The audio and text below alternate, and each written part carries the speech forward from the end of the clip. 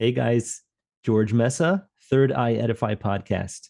And I am super excited for today's guest. I really do genuinely hope that most, if not all, of my audience already knows what you're doing, your work, the type of work that you do, the research, the care, and the teaching that you put into it, because it's a true gift to the world.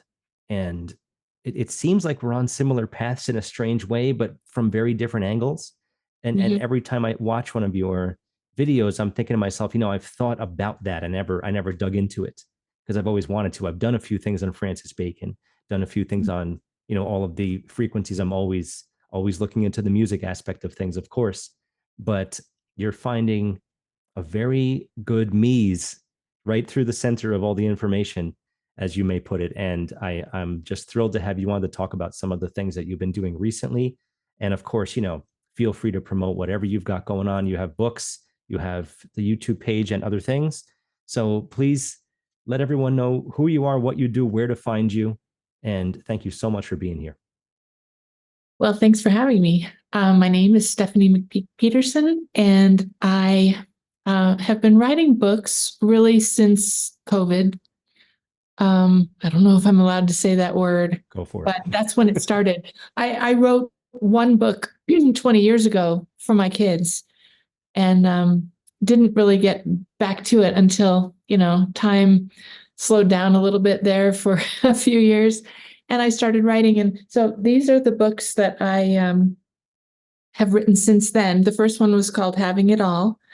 And this is a science fiction, very short little tiny science fiction novel, et novella. And then after that, I wrote The Next Octave, which I think we'll be talking more about today. And then I just recently finished up with Inflationary Fairies. And this is something actually I had started years ago, but never had the time to finish. And it's a medieval Irish fantasy kind of a la Tolkien type thing. Cool. And so that's what I've been spending my time doing. Um, as a writer, I kind of think of myself as a poet and somebody who's interested in economics. That's where I always came from. But in 2020, I was caught outside in a tornado. And I know this is going to sound a little bizarre, but ever since then, um, I have been drawn to energy vortexes and to better understand frequency. I even sometimes kind of get funny downloads into my head about how frequency works. And this was never an interest of mine before. Um, and but it's what catapulted and kind of inspired the next octave. So and of course, being somebody interested in economics, I had to put economics into it. And I wanted to, I mean, it wasn't just an afterthought. I wanted to do that because I like to see how economics overlaps with other fields and other realms. And then I discovered that I wasn't the first person even to think of doing that. Plato had already done it. So I definitely looked into what he had written about it. And so that's kind of how I ended up where I am today. Wonderful, wonderful. And as our mutual friend Topher Gardner said, we are potentially going to break the internet, which is just great to hear because, well, we're using the internet right now. We need it, but I want to make sure that, everyone just stay calm, stay seated, get a drink, hang back, because there's going to be some interesting things coming out of this. I can predict for sure. And we're just going to kind of take a path that I relatively predetermined, but I think we're going to take some tangents, and I'd love to just see your thoughts on certain things because the world needs to know, and the things that are being discovered. And I use that word kind of lightly. We're we're figuring out what people obviously already knew and hid in many different ways through either their own writings, like Francis Bacon, or in a cathedral, or you name it. The answers are everywhere. They're all around us.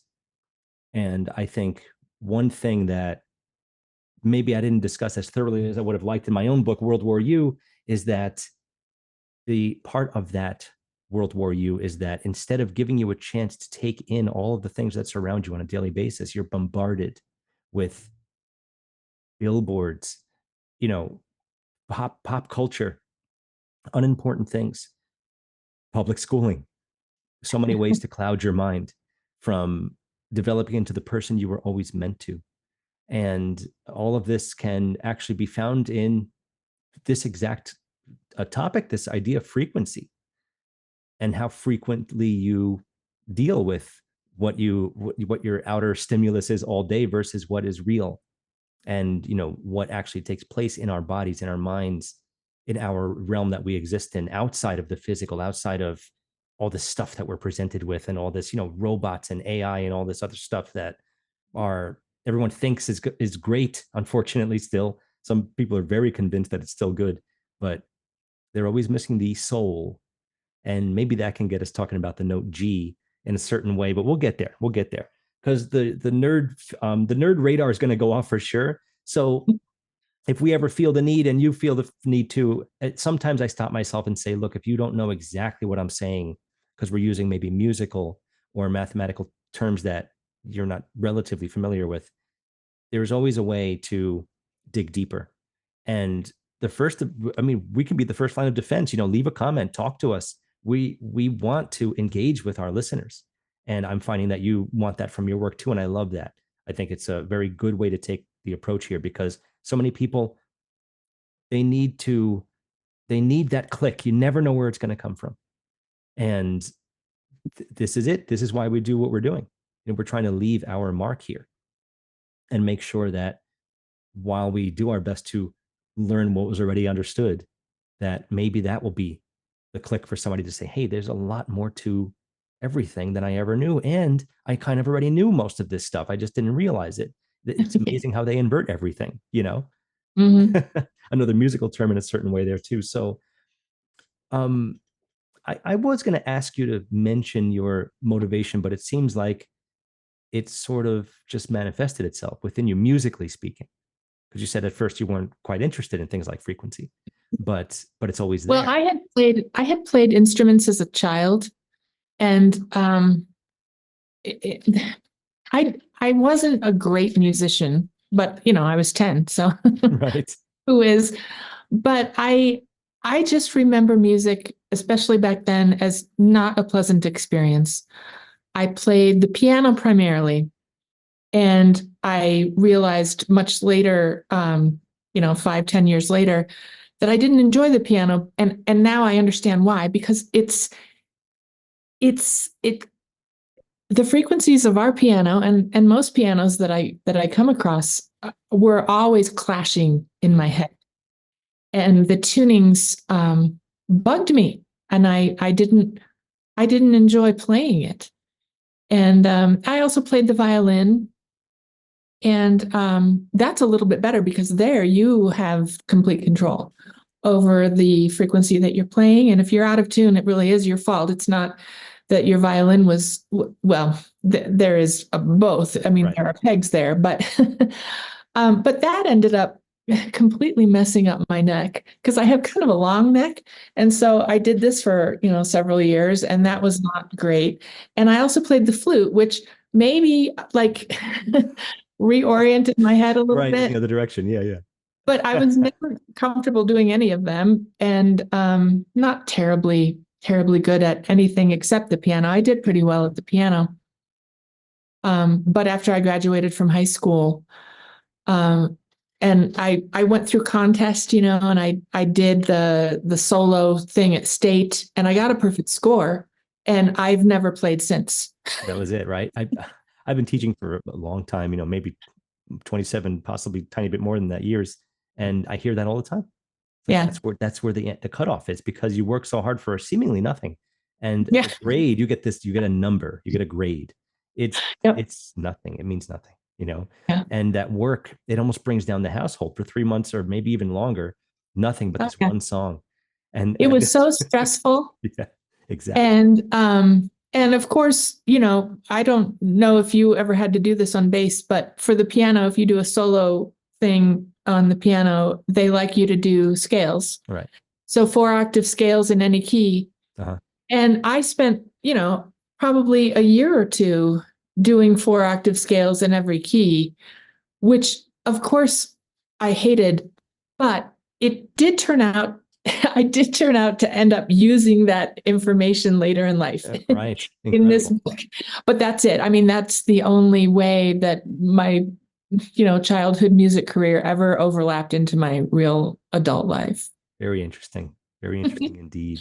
And there's a lot to be said for that, but that I think that might venture onto another conversation completely. But it's interesting what happens. Maybe you see videos of all these dogs kind of howling, not necessarily barking, but howling at pianos. And it's like, oh, cute, they're singing. I think they're tortured. I think they're miserable, you know? So Well, our dog howls when the fire engine goes by. oh wow. And those are meant to be jarring frequencies.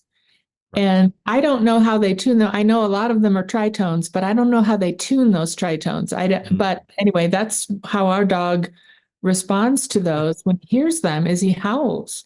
right. I don't, and he doesn't seem like he's enjoying it. I think he's just, responding. Yeah.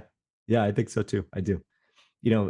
I think this proves a really important point too, that music in its own way is magic, and frequency in general does things that are magical and almost seems as if, oh, is that even possible? I have these wonderful tuning forks. Um, and if I have a really bad headache, and I mean, I can get to what I think is a migraine. I don't know if I've ever had an official migraine, but it can take it away very quickly. No Mhm. drugs needed. I don't even have to really be in a positive mindset about it. If I'm kind of feeling a little down because of the headache, it just works. Yeah. It doesn't always work immediately, but maybe 5 minutes later, after I do it for about 2 or 3 minutes, I just kind of let the frequency resonate in my skull and other areas. I put it right here so it gets my whole like skeletal system. Before I know it, it's gone. That if that's not magic, I don't know what is. It does really have a way of it's almost a catalyst for transmutation in a certain way. Yeah. And it's always deeper than that. And I love that you mentioned what are they tuning the siren to, because that is how easy it is to manipulate an entire culture with its music. if Hmm. if MTV makes sure that everything's A440, then you're set. If everything's equal temperament, if I don't get the option to change the tuning with every student I've ever had because we're playing to these recordings, Yeah. then they've succeeded in a certain way, and Yeah. keeping it the way it is. And you had mentioned something that I was definitely aware of, that Giuseppe Verdi was trying to bring the tuning to 432. He was pleading with upper management, so to speak. And this, now we're talking about the Baroque era here. This is the 17th century. So, a long time ago, and even before that, it seems like they were agreeing on raising the pitch ever so slightly throughout the advent of how orchestras were being formed, depending on, there's a bunch of different kinds, concerto grosso, whatever. But they were sure that once the brass was being added, and this is the explanation that I got, adding more brass, now we have to raise the pitch to accommodate. Mm. It sounds like a lame reason to me, you know. And there's always been this kind of tug of war between the sacred and the secular as far as studying the history of music. And it's funny that you played flute and violin, because that's the music of the minstrels, the fife and a violin for sure, or a hurdy-gurdy, whatever. And that's cool that you mentioned that those two instruments. They didn't play the flute that we have now, of course, but that's cool. I also played the bagpipes briefly. Oh, nice. Now there's an No, ancient it instrument. was not. It was It not was nice at not. all. Yeah. That could be a tough life. That's a tough life. That's Yeah, a really tough life. I Well, didn't stick. what was the last thing you said? I missed it.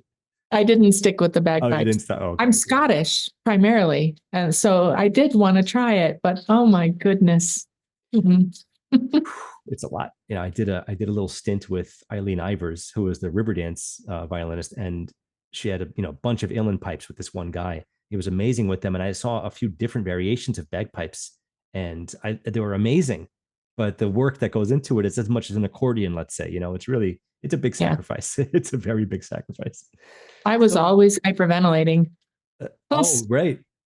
plus drooling because You are trying so hard to keep the bag full that you can't do anything else. And so, saliva is coming out of your mouth, your nose is running. It's not pleasant.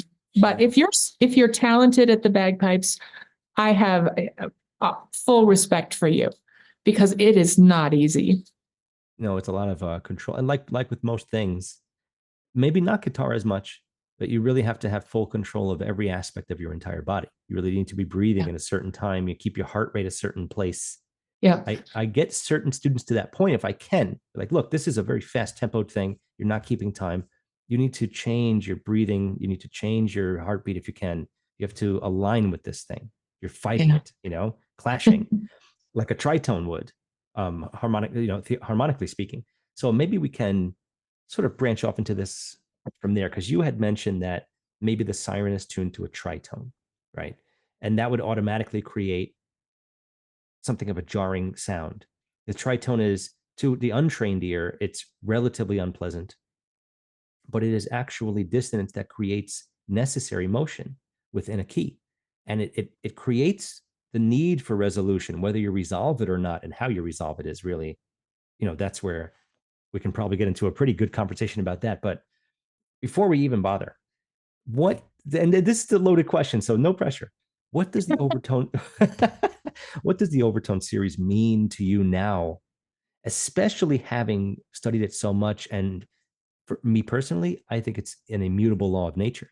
And it seems like a lot of ancients agreed for sure. Well, the way that the overtones are present for us right now is as these little specters reminding us that everything is wrong. Mm, Because if you play a note on a tempered piano, that note, in whatever weird frequency that it may happen to be in, it may be perfectly tuned to equal temperament, or it may even be slightly off. Um, but whatever it is going to produce a series of overtones that are natural and they just happen and there's nothing that you can do about it. They just occur. But the rest of your piano is not tuned to mesh with those overtones. So if if you are sustaining two notes on an equally tempered piano, you're also going to be conflicting with some natural overtones that occur.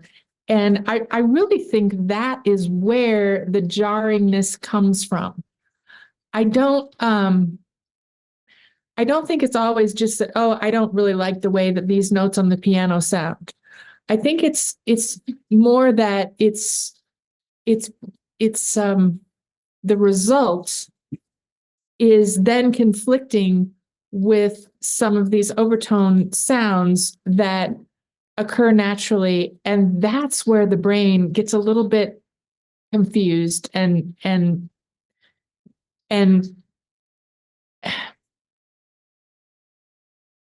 I think if we could actually consciously hear the mistuning, we would have fixed it by now. We would have changed it.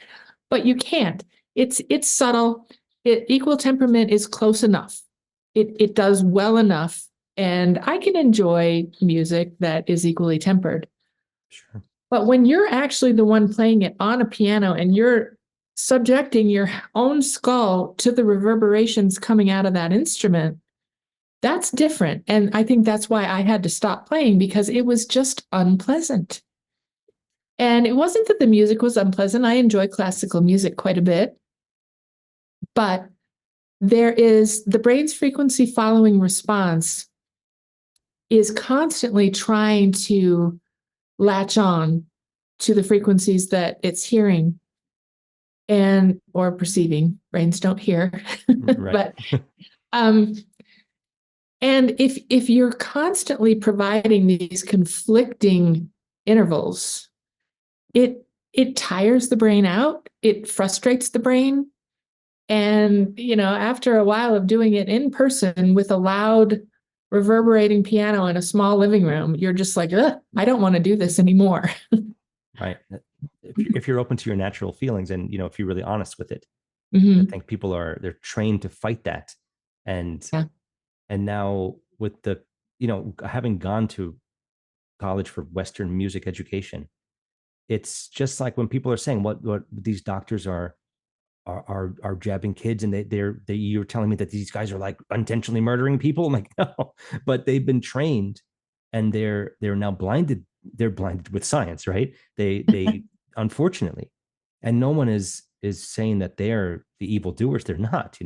They've been we've all been tricked, and this is Mhm. just another one of those things where if you institutionalize this and you train for it, they're going to tell you that you're singing out of tune. Like, no, you're singing out of tune. Listen to this note from the piano here. This is what you're supposed to sing. Our Yeah. natural tendencies don't go there. They just don't. And the four extra notes that you're discussing between harmonic 16 and 32, that may be a small portion of it to reveal certain things, because um, as I use the example this way to help people that maybe don't understand it at a music theory level, is that F sharp in D major is not supposed to be the same F sharp in G major. We're supposed to have push and pull between the key signatures. That's the beauty of it. That's the point of changing your key. It is supposed to give you a completely different collection of information, a new overtone series, a new emotion. Yeah. And And they've mood. and yeah, definitely. And And that's why color too. Nigel Tufnell in Spinal Tap said that I forget which key it was, What, D D, minor? D minor, the saddest of all keys. Well, in a non-equally tempered world, that is a thing. Right, right. And maybe it has to do with F, perhaps, Maybe. perhaps. Very, very well could have to do with F, as a matter of fact. And there's a lot to that. There's a whole lot to that. I think let's save that thought for a moment, because man, that is a funny scene, man. That movie is something else. It's still funny. The movie's actually still funny. I can't believe it. They nailed it in so many ways. So you brought up something incredibly powerful in your episode that I believe was titled "The Golden Fleece" or "Tartaria and the Golden Fleece." What was the name of the episode? The Golden Fleece of The Tartaria. Golden Fleece of Tartaria. Okay, you were discussing bell towers, Mhm. and I think one of there's a lot of different ways that it's almost like math to certain students. They're like, oh, I just hate it. I can't get it. I can't get a handle on it. When it's time to get nerdy about music and frequency, some people have that same kind of like, I don't know if I can even handle this conversation reaction. But overall, it is simple in nature. It's like when you see a huge board at these live shows, and there's all these things to do with sliders and knobs. For the most part, you're getting the same repetition of each channel. It's just in a really big, intimidating looking thing. It's actually not a humongous amount of stuff to learn. It's just you have to be good at it, obviously.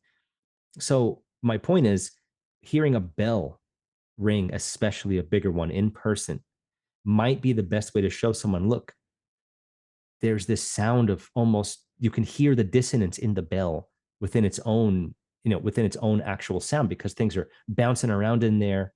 And if you go to create the sound of a bell, you have to create dissonance within its own overtone series. It's the only way to get that sound. So my question that I want to ask, and maybe this could go into a very interesting place, is, first of all, good call. Actually, not a question, but just great call on the bell towers potentially having, something to bring into the ground and to actually deliver frequency into the ground, something that the ground can deal with, something that we really can't hear properly. They don't sound Yeah. right to us. They just don't. And I'm always wondering No. about that Liberty Bell crack. What does it mean? Um, doesn't it look like this? Doesn't it look like the 24 hertz water demonstration? Oh, I don't know. I'd have to take a look at I it. think that might be a thing. Yeah. So why are so many bell towers just missing their bells? What is going on? I can remember at least 30 in my life that there's no, they're like, here's the bell tower. Like, where's the bell? How did they even move that thing? Where is it? Why is it gone? Well, my feeling on bells, and yeah, I don't know where they've gone, but I had always just assumed that they were old and that that's why they sounded so awful. Right. But then as I started reading more about frequency from music theorists, in centuries past, I realized that uh, it isn't just now. Mhm. People were complaining about bells sounding dissonantly hundreds of years ago too. And that's when I started to think, well, maybe these bells, not all bells, some bells sound lovely, but Sure. the big deep ones that are just, I mean, they affect your facial expression. Yeah. Maybe they were never meant to be playing music because, that's the thing that the movie, The Conversation, that I cover in that video. It's a 1970s movie with Gene Hackman called The Conversation. And one of the big things that I took away from that movie is that not all frequencies are meant to please your ear and to entertain you. Some of them are meant to do work, like surveillance work. Mhm. Those people are experts in frequencies, and Right. they're not musicians. Well, Harry Call, the main character, actually was a saxophone player, Mm. but the point of the movie was that the frequencies that he was really interested in, that paid his bills, were had nothing to do with music. And I think that very, very large bells are in the same category, especially once you start to see the placement of them on a map. And when I saw in Scotland that there were three bells along a fault line, and then a deposit of alluvial gold, and then three more bells on the other side of that on the same fault line, it kind of was a no brainer. Yeah. They're obviously using these deep, deep, low frequencies. They're not extremely low because we can hear them, Right. but they're low, and they are obviously doing that to jostle the ground, to resonate with the underground streams, and to move minerals, especially gold. And that one area in Scotland that I showed, which is the Ochil Hills, that's a well-known gold deposit, but there's no mining there. None of the gold has been mined out of there. It's all just showing up in the streams. Wow. And so I believe that those bells were intended to produce that.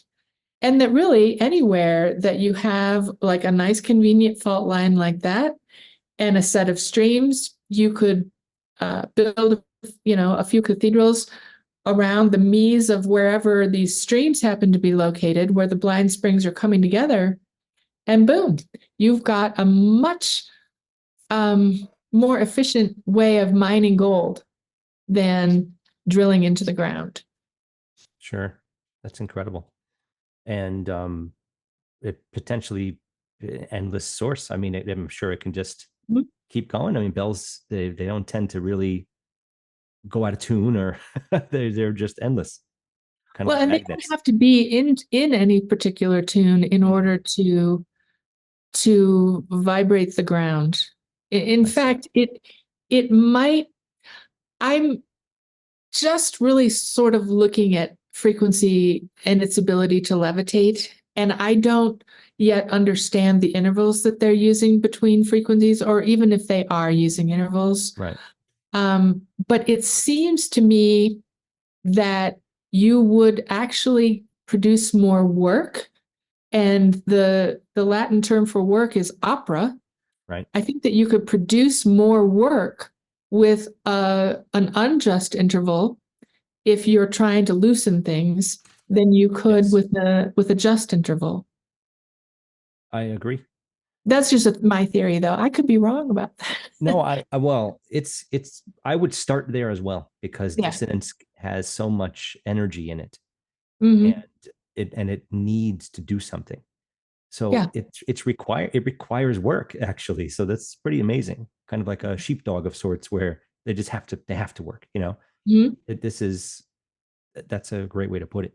And it's another important facet of what you said, is that it's not musical, and that's another important aspect of all of this. When we're discussing frequency, we don't necessarily mean that we're discussing music. Right. But I know that there are many accounts of conductors trying to compose older pieces, which is often what they end up doing anyway, much older than we have recordings of. And they're saying that there's certain modulations. There's certain chords that just I can't get it right with the orchestra. I can't get it right. And as it always is with a lot of these situations, the answer is simple. It's you're in this, equally tempered, strange tuning. It's not going to work. You have Yeah. to let everything flow naturally. And sometimes a note just has to move a tiny little bit. It is imperceivable to almost anyone, like you were saying earlier. The answers are usually right there. And the overtone series is the answer. I mean, you can't fight it. It is what it is. Mhm. Um, that's so interesting about the gold. I didn't know that. Or maybe you had mentioned it something about that in the video, and I didn't quite remember. But so the gold deposit in this case is the Mies. And I don't want to use that term too much more without you maybe letting the audience know in case they haven't seen your work regarding that specifically. Well, the Mies is a word that I'm mispronouncing, so I want to put that out there first. I think Topher is probably pronouncing it correctly when he says Mezi. Mezzy. Um, Yeah, I think so. but I'm just such an American pronouncer Yeah. that it just always it shows up in my brain as Mies, Mies, Mies, Mies, and that's Right. just comes out of my mouth. So sorry. But the Mies is goes all the way back to ancient Greece when they were discovering music and the structure of music. I don't think that the ancient Greeks were the ones who did all of that initial work because there is evidence that Sumer had even more sophisticated understanding of music than the Greeks would have, a couple, 1500 years later. So I really think the Sumerians were doing better work on Yeah. this, but the Greeks were also doing their own work, and they came up with the lyre, and the central string of the lyre of a 7-stringed lyre was called the Mies, and then that reflected one of their gods, one of the muses, the daughters of Apollo, was also called Mies, and she had two sisters, Neat. I call her Neat. I think her name was probably Nettie, Oh yeah. and Yeah. Hypate, which is Hepate, but I call them Meat, Knees, and Hypate. Right. So, or no, Neat, Mies, and Hypate. That Anyway, sounds right. the Mies, being the central string of the lyre, also became the central note of two tetrachords that were overlapping in the lesser perfect system. Right. And that term of Mies or Mezi also in ancient Greek meant mean, like MEAN, which an arithmetic mean tends to usually be right at the center of two boundary points. So if you've got an octave, you've got your tonic, you've got your octave, the arithmetic mean between them will be the Mies. And then it just always seemed to me fairly obvious that the stonemasons used that term to then apply to bricklaying. And so if you wanted your bricks to be a little bit more stable, like a brick wall, you would lay a course, and then the next course would be offset at the Mies. Mm. Oh, right, right, right. Yeah. Mm-hmm. And that's where the term stone mason came from, because a mason is somebody working with that Mies, and it's spelled MESON. And we still have the word mason today spelled that way. Um, and I cover that somewhat in the next octave. There's actually something in quantum physics that involves a meson, MESON, involving the center point between two other little quanti type things. And I'm not a scientist or a mathematician at all. But you do see this word showing up all over the place to mean the middle. And that's really all the Mies is the middle. But the big thing that I think Francis Bacon was one of the big things that I think that he was trying to tip us off to was that in music, the Mies was usurped when equal temperament came along. And he was alive when equal temperament came along. Right. And he was doing experiments with sound, with uh, sympathy, which is what we would know today as resonance. He was doing experiments with that at the time. So of course he was probably going to look at that and probably come to that conclusion. And the mies was usurped through equal temperament. F sharp is now the center of a diatonic scale on a chromatic scale. It's the center of the chromatic Yes. scale on a piano. And so we've lost the center. And I think that's hugely important, not only in frequency, but in psychology. I mean, we try to be centered beings. And if our music has now shifted everything over like this, of course, that's going to bleed into everything else. And create an imbalance, perhaps. Mhm. Much like Yeah, as if the bricks were laid on top of each other. And then obviously you could just see how they would just wobble and fall. Now this makes more sense. yeah, But clearly it's more structurally sound. yeah. And it does seem, I don't think anyone would disagree. It depends on what level you want to talk to them about it. I don't think anyone would disagree that humans appear to be more imbalanced than ever in certain ways, right? Yeah. And of course, I think another big part of that is the family unit is they've done a good job of kind of, I wouldn't say dissolving it. Of course, that's not true, but maybe trying to disassemble it for piece by piece as best as possible. And there's another structural unit just missing from a lot of people's lives right there. And especially if you go to, I know we mentioned public school already once, but here's number two. We'll see how many scratches on the wall we get for that. But they seem to have them right when you're supposed to be working your 9 to 5. Just hand the kids off. They don't need to be with family. It's disheartening. It's very strange. Yeah. And something else that comes from this balance, because there's, I want to say like 18 things at once, while we're talking here, and I think my crowd knows that for sure.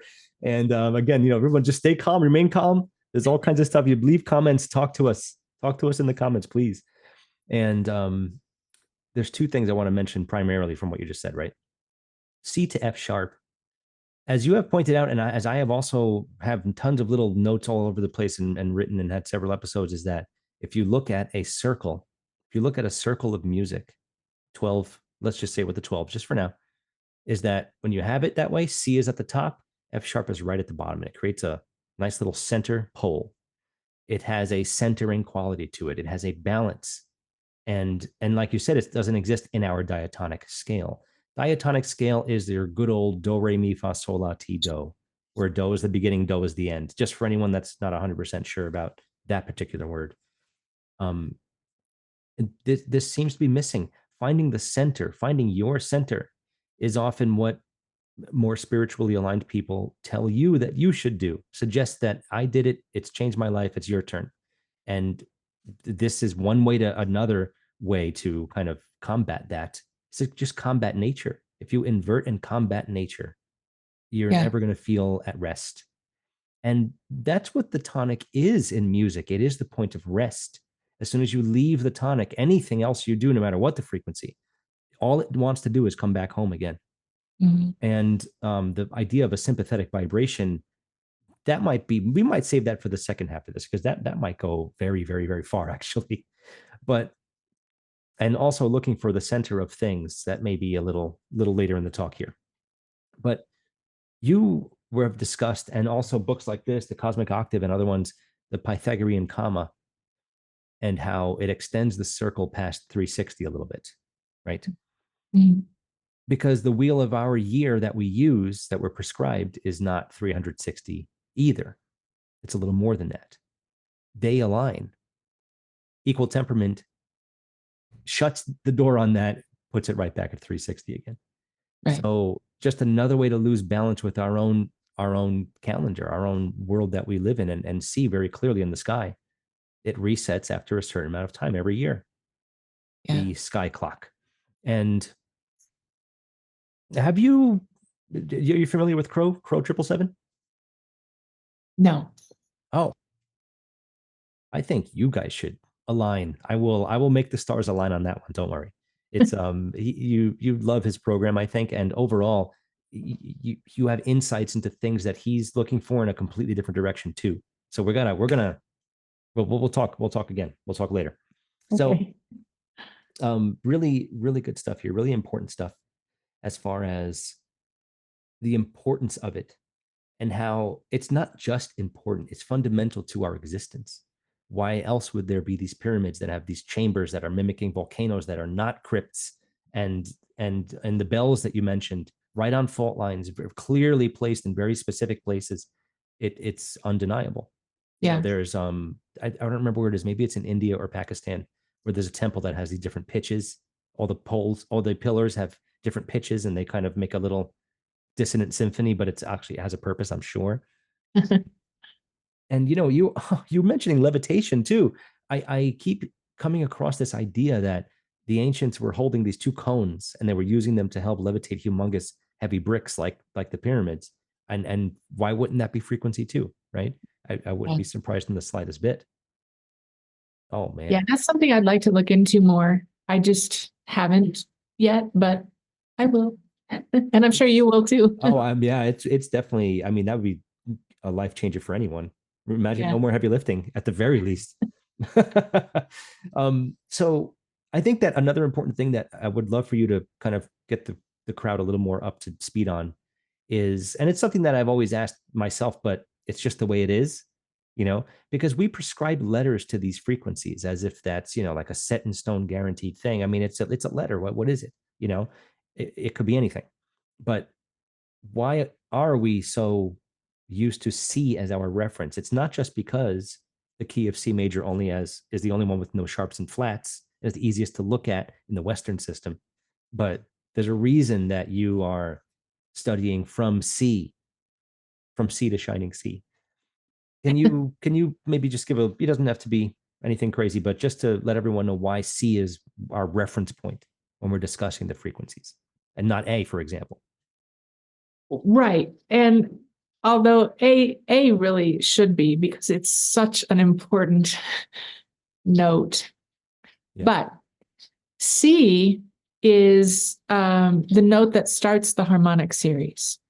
It's and I see the harmonic series as more than just the overtones. I see the harmonic series as all notes and all microtones into infinity. And so you have to start at 1 with the harmonic series, and 1 hertz, which we would not be able to hear, it correlates to the note of C. And I suspect that we had already named the notes before we understood this. Mm. And if we had found the harmonic series first, we probably would have named 1 hertz A. But we already had a note called C that we were using in, Sumeria and Sumer and Babylon that corresponds to 1 hertz. Because if you take 1 hertz and you scale it up through its octaves, it will hit 256. And that is a very common note frequency for C. But the ancients, way back then, were really focused because I don't think that they fully understood the harmonic series as a structure. Their central note that they seemed to kind of pivot everything around was D. And D is a great note too. D and A, I think, are 2 of the most important frequencies. And that's a long story that we could spend hours discussing why. But C ended up being the note that the ancients were using that corresponded to 1 hertz. And so that's why a lot of people, not equally tempered musicians and instrument tuners, they're tuning C, middle C to 261.63 or something like that, which is a nice number. It reduces down to a power of 3.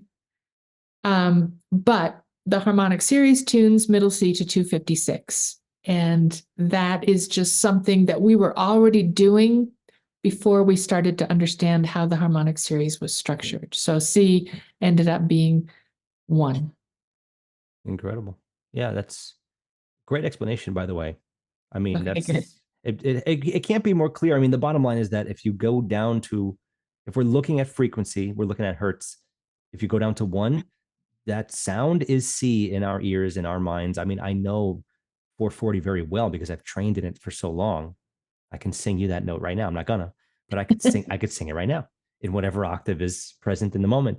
And it is it's not just because it's actually, you had a great description about it, that there was equivalence in other Mhm. more ancient cultures. They all focused on music, didn't they? There isn't a culture that didn't. It's like saying, oh, this culture never liked food. Like you can't convince me of that. And it's not going to happen here with music either. They all sensed that it was necessary. The animals are doing it. Why shouldn't we? Percussion is everywhere. It's everything. It happens by accident. And um how frequently you hit something can turn into a frequency. Actually, if you do a quick snare roll, you can approach 24, 20, 30. You can make the sound of a frequency through pitch, through percussion, I'm sorry. So incredibly, it's all one thing, actually, because I asked the question once on a show of what was first. Was it a melody or was it a percussion? And it's hard, or it's really hard to say. But Yeah. maybe vocal percussion was first. Maybe just vocal percussion. If indeed we weren't speaking out of the womb, the very first person, whatever that is, that's definitely a whole nother conversation. But maybe frequency was the first language.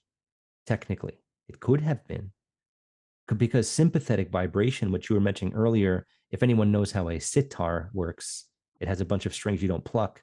Plucking one string gets them to make that glistening kind of surreal sound that you get from the sitar. And if anyone's not convinced that resonant frequency isn't also, resonance can be an extremely violent reaction to something. Just look at that bridge that started doing this. I think it was San Francisco, right? The frequencies were passing through the valley, and it actually ended up being, it resonated. The bridge turned into a sound wave. Yeah. So you can destroy matter, Mhm. and you can probably levitate things. You can probably create things. You were discussing liquefaction through frequency, and and you were discussing the tritone. I don't remember which episode that was, but I know you said it, and I know that the liquefaction might actually be closer to what I want to mention now, but based on the title, because we didn't even get to that yet. So let's just see if we can kind of cue one or two people into why would I even bother naming this episode? What the F? You could think it means what the frequency, but it's beyond that. If C is our reference, what is wrong with F? What the F? Are you asking me? Yeah. Let because you have clearly stated that F is a thing, so a thing to discuss and potentially question. So why F? What is going on with F? Oh boy. Oh man. There is a lot, and I won't go into all of it. Mm, Yeah, there's a whole thing that we could discuss right out of Shakespeare's King Lear between F and F sharp mm, as two brothers, but I'm not going to go there because we only have so much time. sure. Um, if you are looking at the circle of fifths and the way that it produces that Pythagorean comma, so it isn't a circle that closes up. It's a spiral that is ascending. It's beautiful. It's full of these beautiful intervals between notes, but it's very inconvenient because you can't modulate based off of those intervals, which is why equal temperament, was invented in the first place, was to just make music more convenient, something that everybody could do together mm. without having to retune their instruments or move around or, be able to move out of octaves if they wanted to.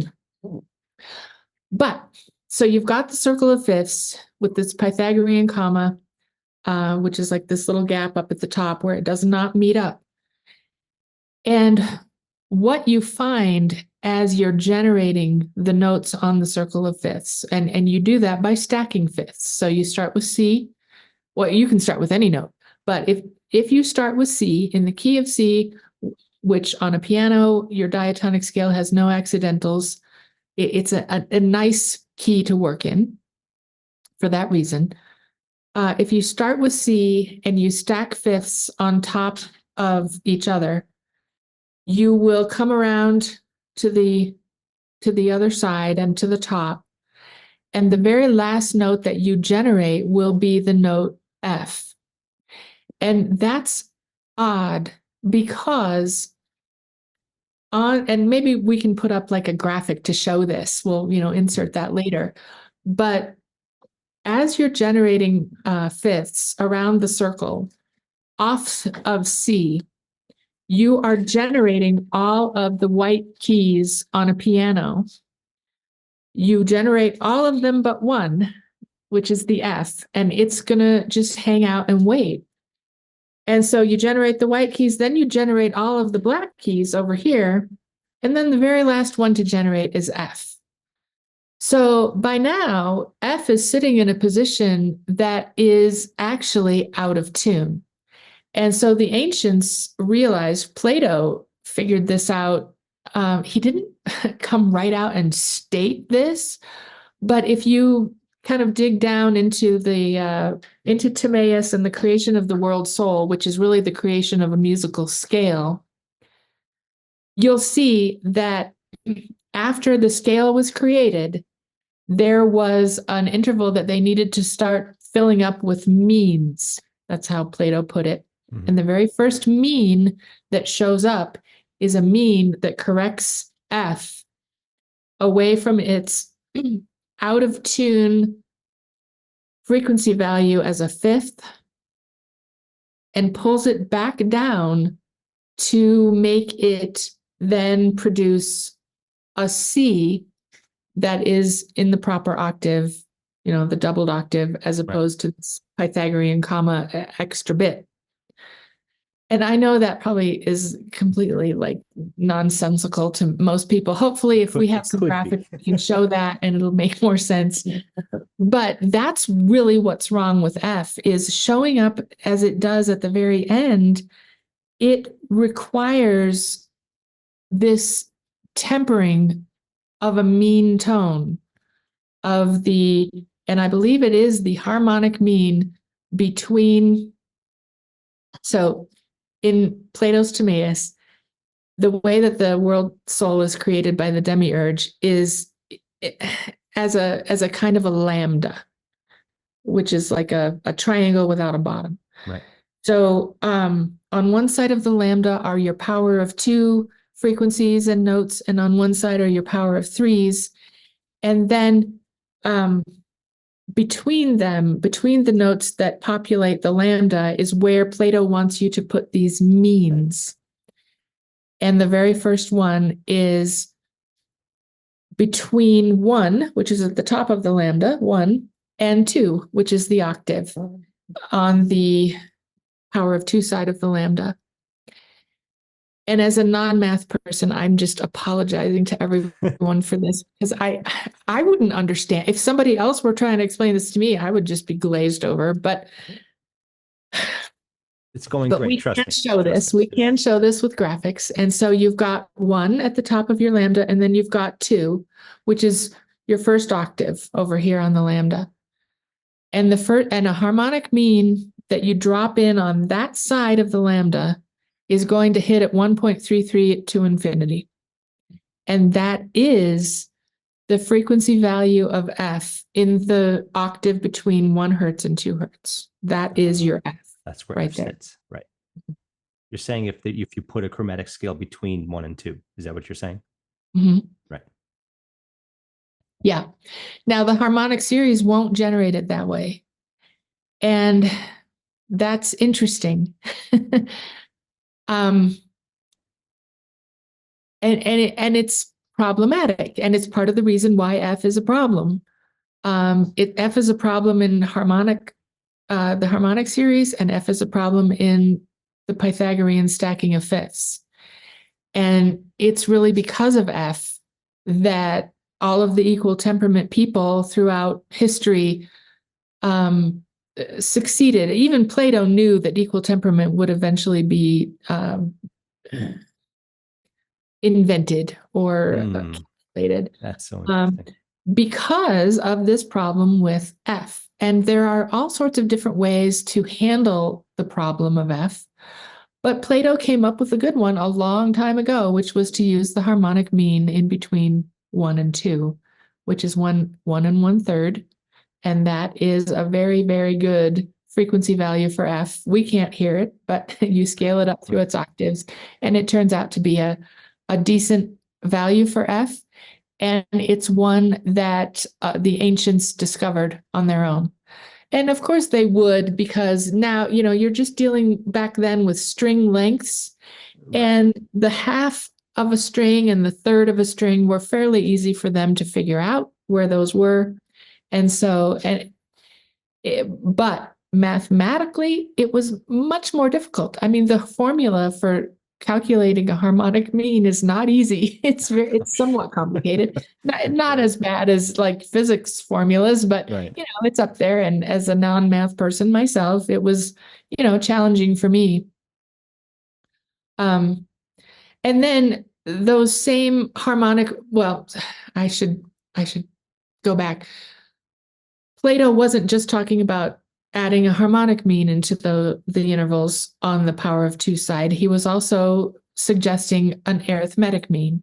And so again, that's your mies. That is going to be the center point between any two notes. Right. And it doesn't have to be the center of a scale. It could be the center between, the tonic and a major third.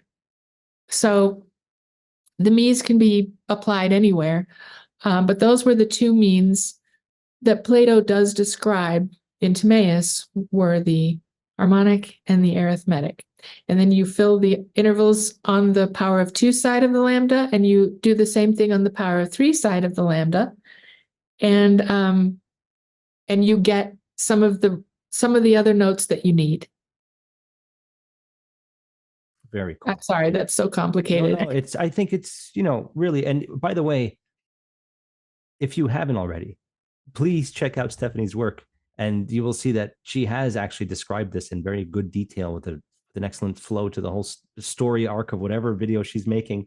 It helps you see it in a better light, even if you're like me, I've already been thinking about this for a long time. It really does bring it to a different category of understanding, or at the very least, you can see that people were approaching it in a way that, we math, science, whatever, they found a way back then. So it's not out of reach. The information's not out of reach. And I think you did a great job explaining it. Thank you. Really. I am more than curious about how we have added so many dense chords and the idea of harmony in general to our melodies for our pop music, for everything else.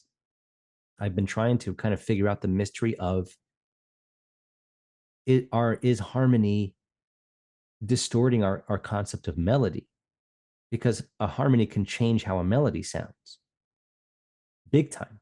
A different chords over the same melody for any style of music, whatever song you want to think of, would radically alter the mood and the feeling of the song. Yeah. And it seems intentional that equal temperament is now our final product, where we use that to make chords on things like guitars and pianos. Because I really think it's getting in the way of something pure and beautiful in the heart and soul of an untuned sing your melody that your grandma sung you, lifestyle. It's going away fast. And now everyone's like, oh, check out this recreation of this ancient song. And it's got tons of chords and percussion. Like, this is not how this existed. There's no chance. It never until Dark Ages Renaissance did we start saying that, 5 people sing different words and we'll all just go in different places and everyone goes nuts. And and then we get motets and people think that's what God sounds like. And it's just what the church was using at the time, as far as we know, and as far as what was recorded. So now again, I named this episode "What the F." So I want to get into what I think might help might be a way to think about why F particularly is the problem in that sequence. And I'm going to do that in the second part of this episode. So everyone, please find me on Patreon, Rockfin. The exclusive episode will be there.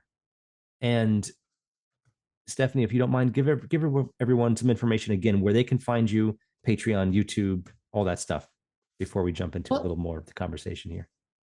on YouTube, my channel, excuse me, it's just my name, Stephanie McPeak Petersen. I am kind of paused right now in my YouTube channel because I'm having issues with my laptop, and I am looking into them. But I've got problems with my sound files, so you're not going to see anything relatively recent from me there. But I'm also I'm still doing all the research, and I'm still publishing those as posts in my Substack, which is also just my name. And when someday when this little laptop is fixed or I get a new one, um, I'll just take what I've been posting on Substack and start translating those back into videos as well. But yeah, just my name. My website is stephaniepetersen.net, so leaving out my maiden name. And that's me. Wonderful. Those links will be in the show notes, of course. And sorry to leave on a cliffhanger here, but there has to be a reason to check this out. And I think that it's going to be pretty interesting to see where this goes. Thank you for everything that you've already given us in this episode today. And I'll see you guys in part two.